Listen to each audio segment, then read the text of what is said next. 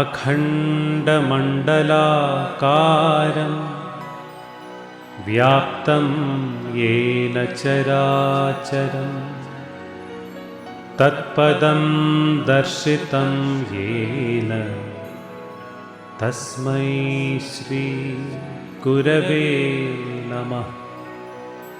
अज्ञानतिमिरान्धस्य ज्ञानाञ्जनशलाकया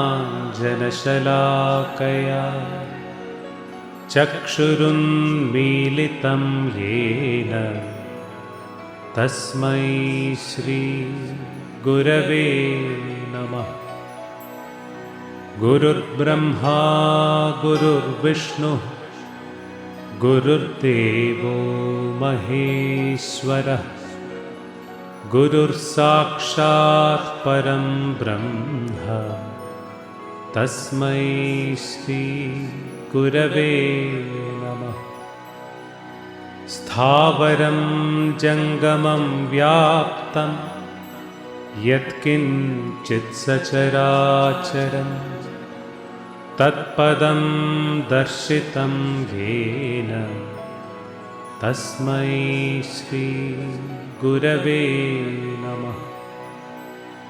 चिन्मयं व्यापि यत्सर्वं त्रैलोक्यं सचराचरं तत्पदं दर्शितं येन तस्मै श्री गुरवे नमः।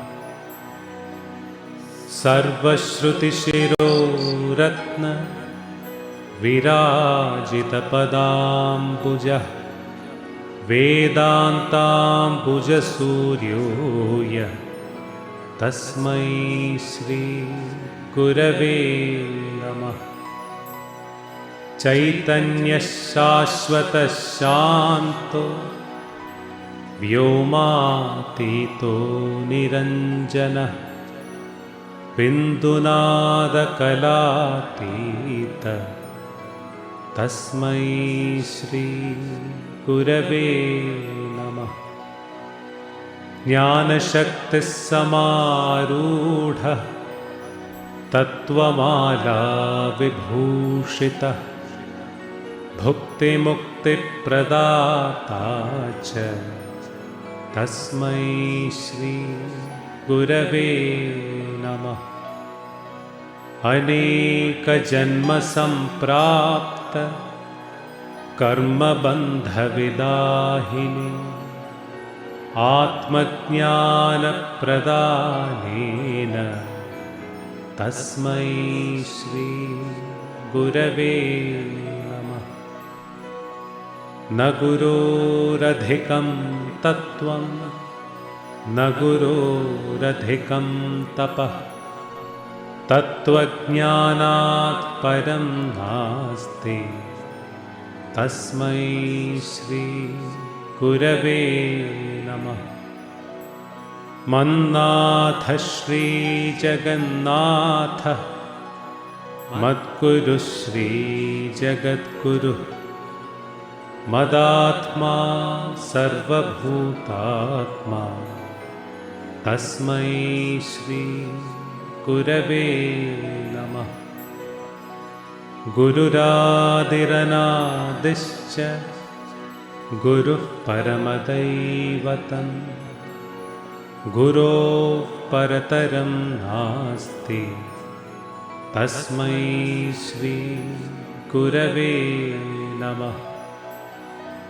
त्वमेव माता च पिता त्वमेव बन्धुश्च सखा त्वमेव विद्या द्रविणं त्वमेव सर्वम् अमृतेश्वरी मां त्वमेव सर्वम्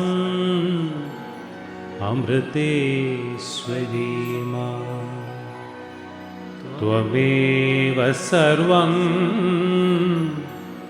अमृतेश्वरी